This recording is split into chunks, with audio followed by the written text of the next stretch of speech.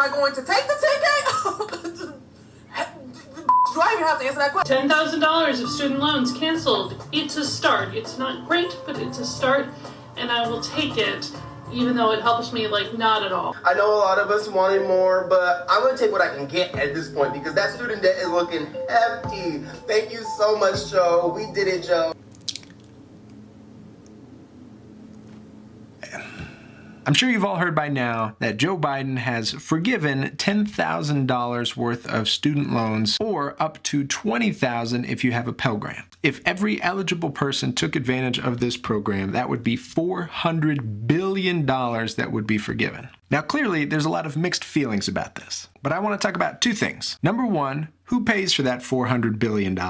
And number two, is forgiving $10,000 going to have a significant enough impact on people's lives to merit a $400 billion forgiveness policy? So question number one, who pays for it? The precise answer is the U.S. government. That $400 billion will just get added on to the now $30 trillion deficit that the U.S. currently has. But what's really interesting is that $30 trillion is essentially a loan. So we just paid off a $400 billion loan with another loan. It's brilliant. Now, the government is no stranger to doing that, but at some point, this has got to be unsustainable. Our national debt has risen significantly in the last few years, and now we just took another $400 billion jump upwards. Now, is that going to trickle down, and at some point, the taxpayer is going to be paying for this? Yeah, maybe, but the government isn't going to instantly divide $400 billion over the U.S. population and say, okay, everyone owes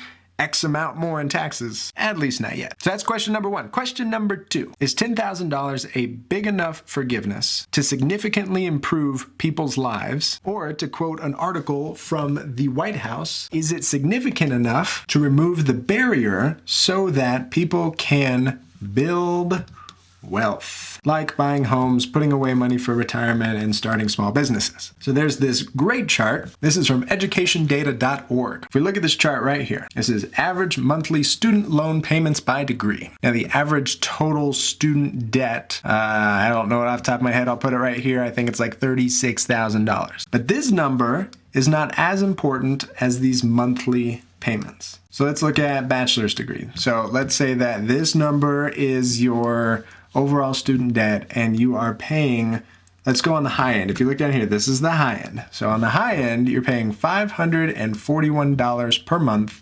on this number. Joe Biden took $10,000 off of this, which, let's be generous and say that he took a full third off. So a whole third is gone from this amount. Now, this isn't an exact calculation, but let's say that this also drops by a third. Now, 1/3 of $541 is $180.33. So the government just went $400 billion further in debt so that you could have an extra $180 per month. That's just over $2,000 a year. Okay, now here's where it gets a little dicey. $2,000 isn't life-changing money. This is half of that. And in less than 2 years, you'll probably upgrade to another one. Now, you might be in a situation where you're like, hey, honestly, like $2,000 a year, an extra $180 a month actually makes a relatively significant difference to me. And that's fine. But my first question would be, do you have one of these? Do you have a car payment? Do you have Netflix? Are you going out to eat? If the answer to those questions is yes, then I think it's hard to argue